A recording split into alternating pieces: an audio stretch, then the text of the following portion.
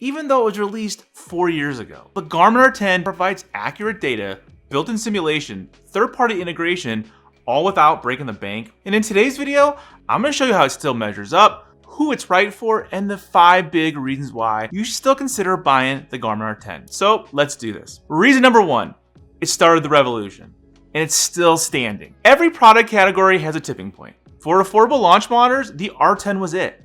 Before Garmin showed up, your choices were pretty brutal. Spend thousands of dollars or accept junk data. Seriously guys, that's how it worked. And an R10 broke that wall down, and 4 years later, it's still going strong. Now this matters. In a space now filled with newer names and unproven models, the R10 has what they don't, a track record. Plus, it's Garmin. Like, we all know Garmin makes great gear, and we all know that it lasts. Now, it's a massive company doing things that are way more important than golf. And we know the engineering behind it and that they're behind their products. So right there, that's a level of trust and understanding that this product has been built to last, regardless of how old it is. Now, the R10 has aged. It's definitely a proven tool though. If you're wary of being a beta tester for the latest gadget, then the R10 history is a huge selling point. And I don't want to understate this, because the R10 basically created the legitimate under $1,000 launch monitor category. The Rapsodo MLM2 Pro, the SC4 Pro, the Square, they're all chasing a market that Garmin opened up. So when you buy an R10 today, you're buying the device that made affordable launch monitors a real thing. Okay, reason number 2, it has the best outdoor reliability in its class. Now, one of the easiest traps when comparing launch monitors is to obsess over its features list.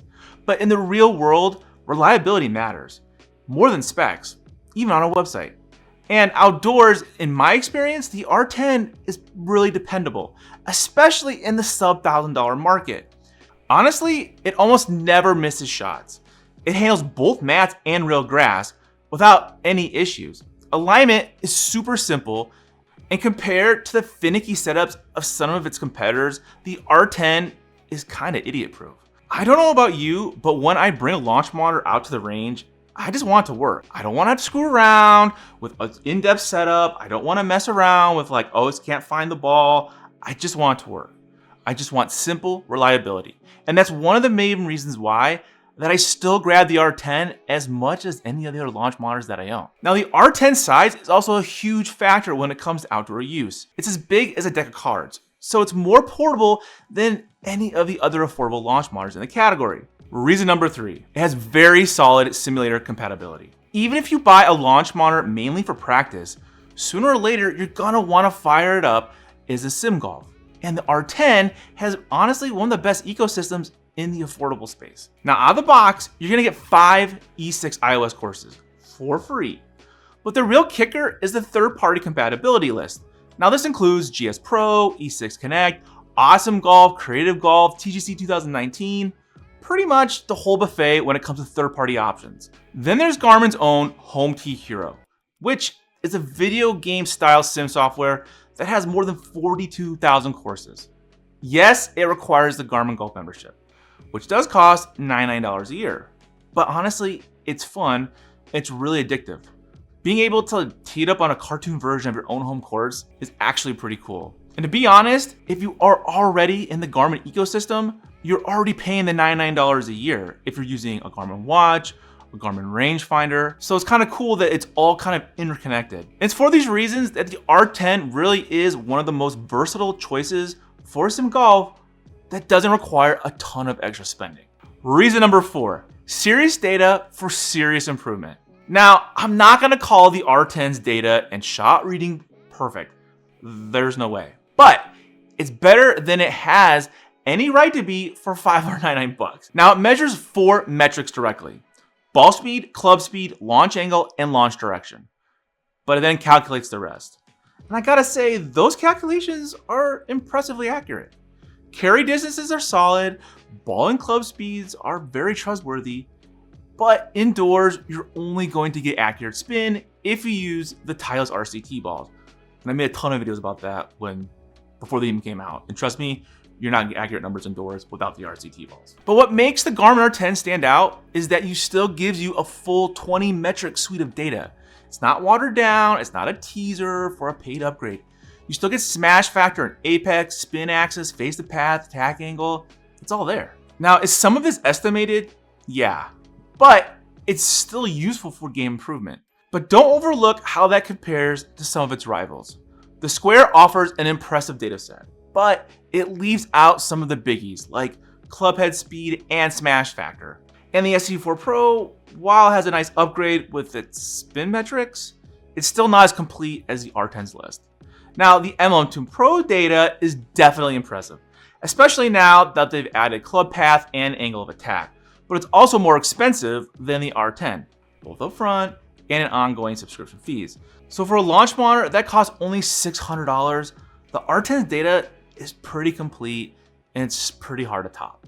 Reason number 5, Garmin's overall ecosystem. Now, I mentioned this earlier, but this is probably one of the biggest of all the reasons to still buy the R10.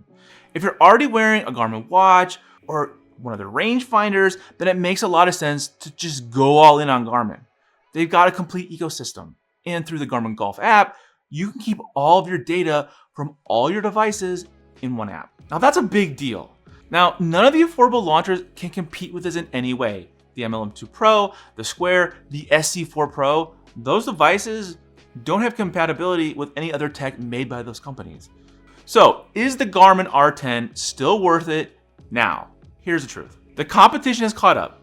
The Rapsodo M11 Pro has better built-in camera features, no doubt.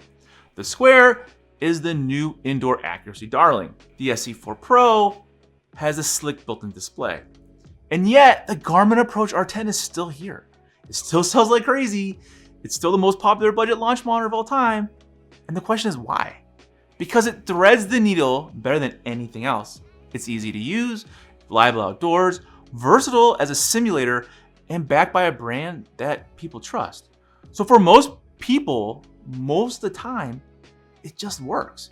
So if you're a golfer who wants a launch monitor to handle the range, indoor sim play, and data-driven practice, and you don't want to spend more than $600 on the hardware, then the R10 is still your safest bet. No, it's not perfect, but it delivers across the board. So if you're asking whether the R10 is still worth it, my answer is simple, yeah.